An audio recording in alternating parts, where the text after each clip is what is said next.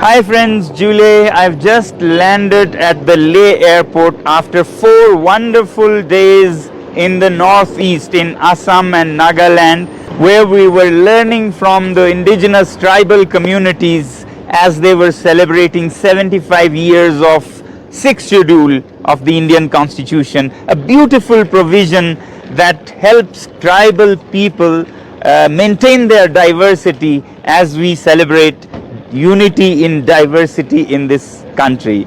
Now the beautiful coincidence happens to be that today is the Janjatiya Gaurav Divas or Tribal Pride Day that our government has started celebrating to honor the tribes of India. I do hope that we truly honor this traditional ancient wisdom of India. When the world has come to collapse with environmental crisis, these knowledge banks of our country will truly make us a Vishwa Guru. Even the world leaders have come to recognize this important role of indigenous tribal people. Recently, in United Nations COP16 in Colombia, they came to a landmark agreement declaring that indigenous people are the main drivers of biodiversity on this planet.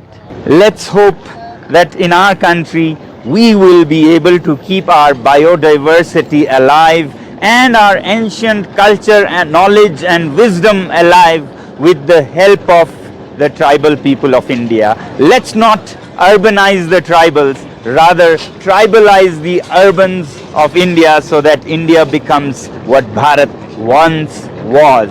Thank you and Jule once again.